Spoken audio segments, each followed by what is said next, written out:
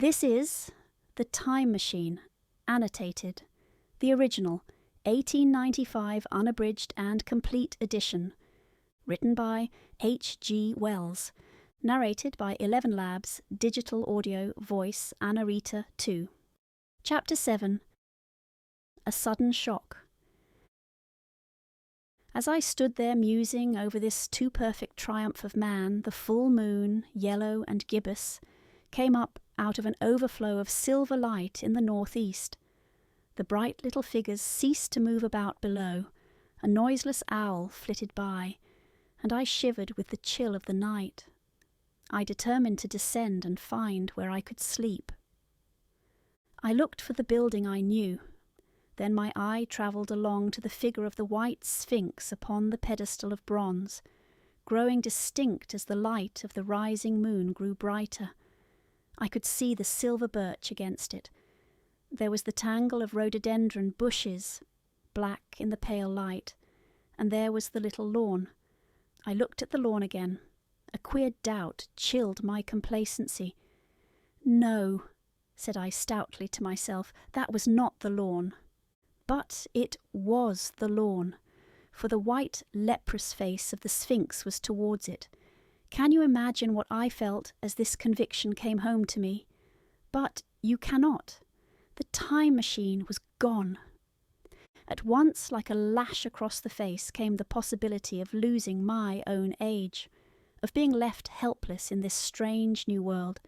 The bare thought of it was an actual physical sensation. I could feel it grip me at the throat and stop my breathing. In another moment I was in a passion of fear and running with great, leaping strides down the slope. Once I fell headlong and cut my face.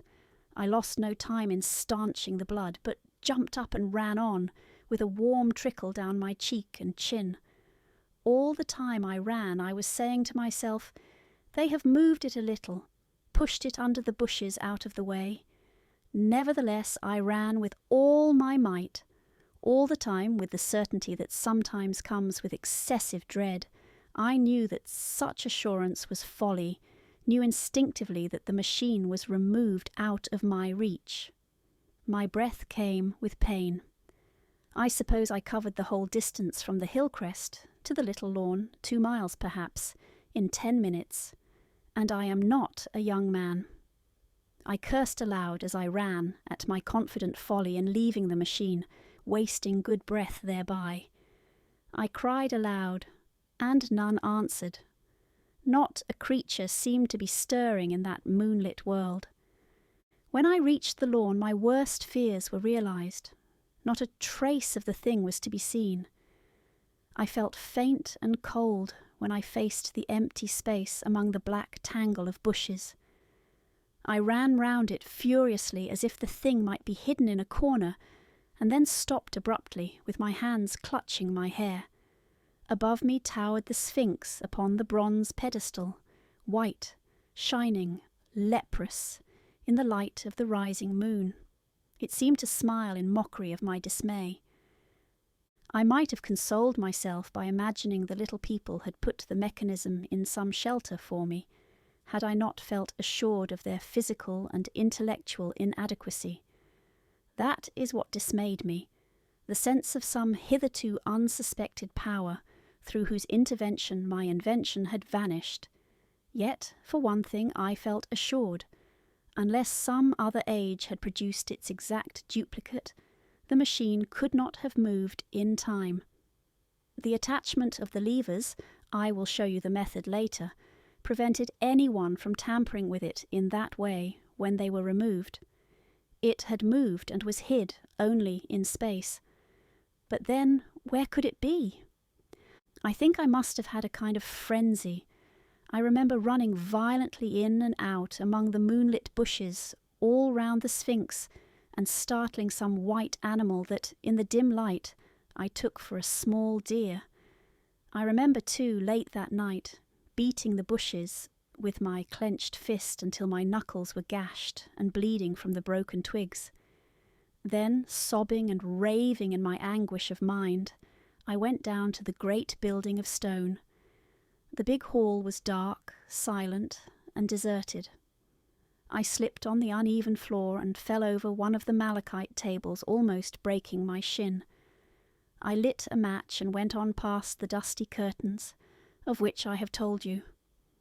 There I found a second great hall covered with cushions, upon which, perhaps, a score or so of the little people were sleeping.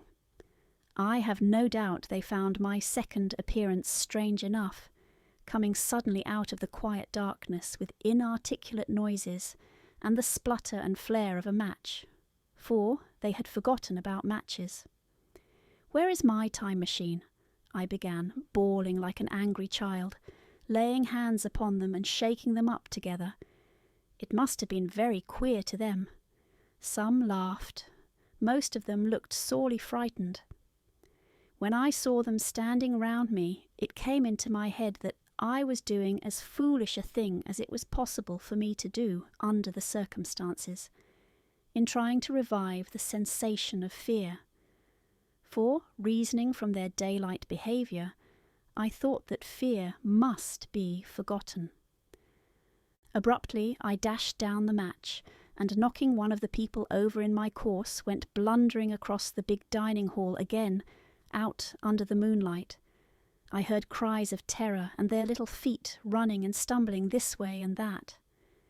I do not remember all I did as the moon crept up the sky. I suppose it was the unexpected nature of my loss that maddened me. I felt hopelessly cut off from my own kind, a strange animal in an unknown world.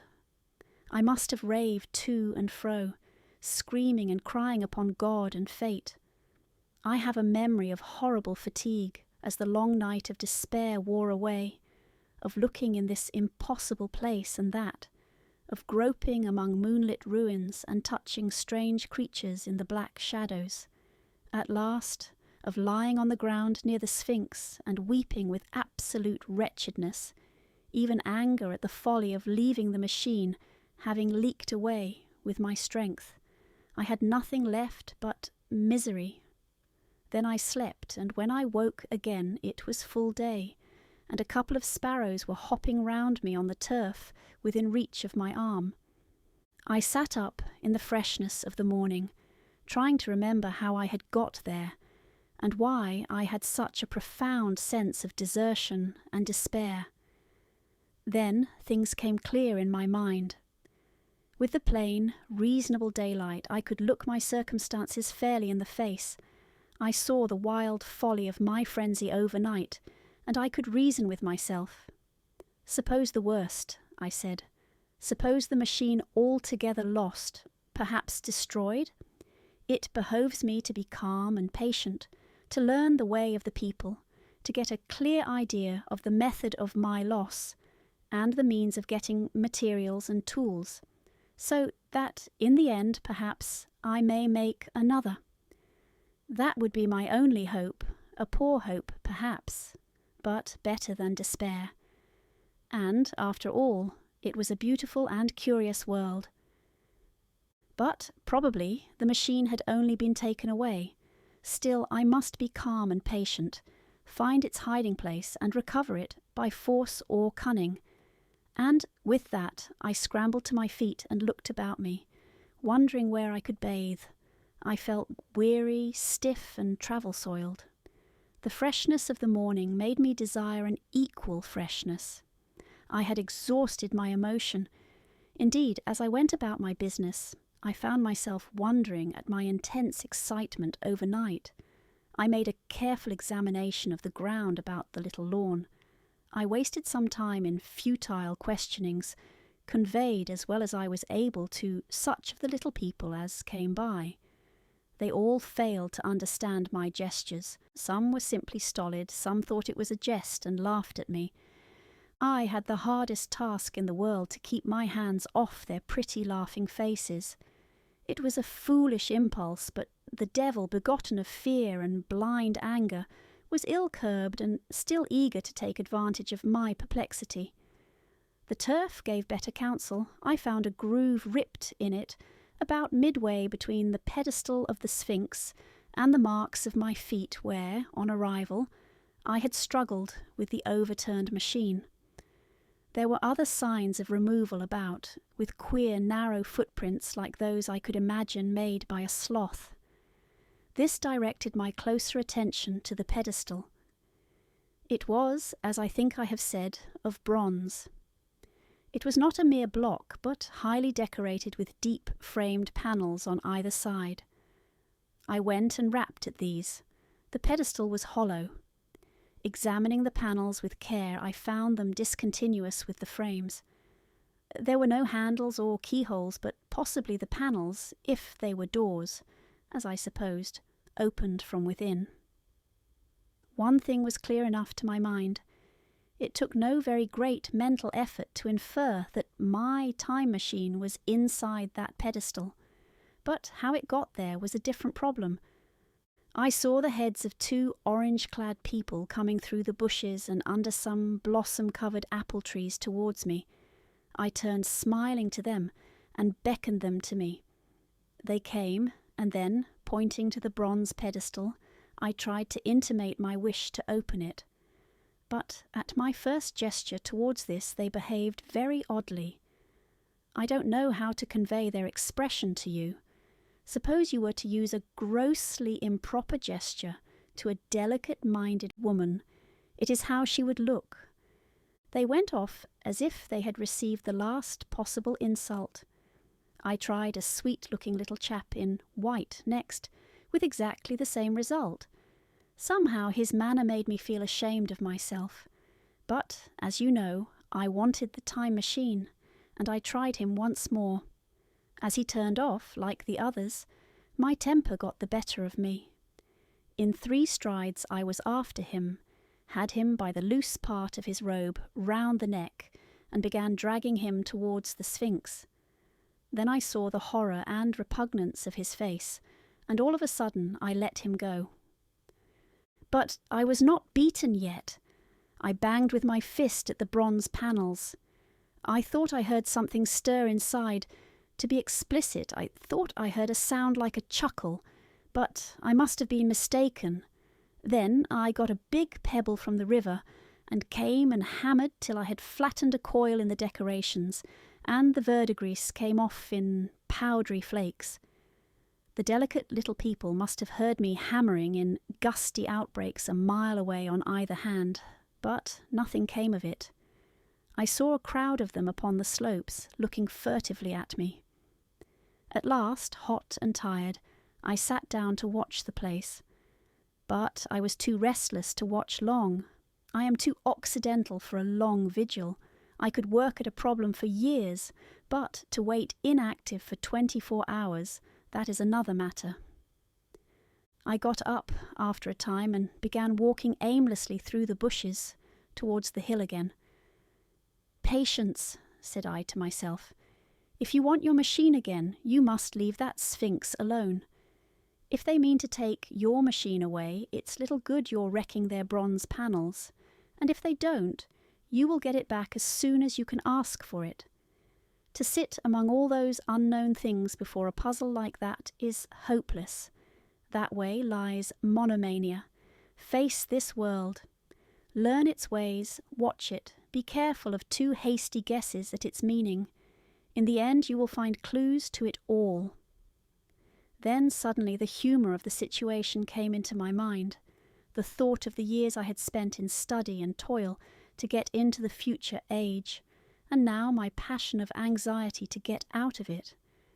I had made myself the most complicated and the most hopeless trap that ever a man devised. Although it was at my own expense, I could not help myself. I laughed aloud. Going through the big palace, it seemed to me that the little people avoided me. It may have been my fancy, or it may have had something to do with my hammering at the gates of bronze. Yet I felt tolerably sure of the avoidance. I was careful, however, to show no concern and to abstain from any pursuit of them, and in the course of a day or two things got back to the old footing. I made what progress I could in the language, and in addition I pushed my explorations here and there.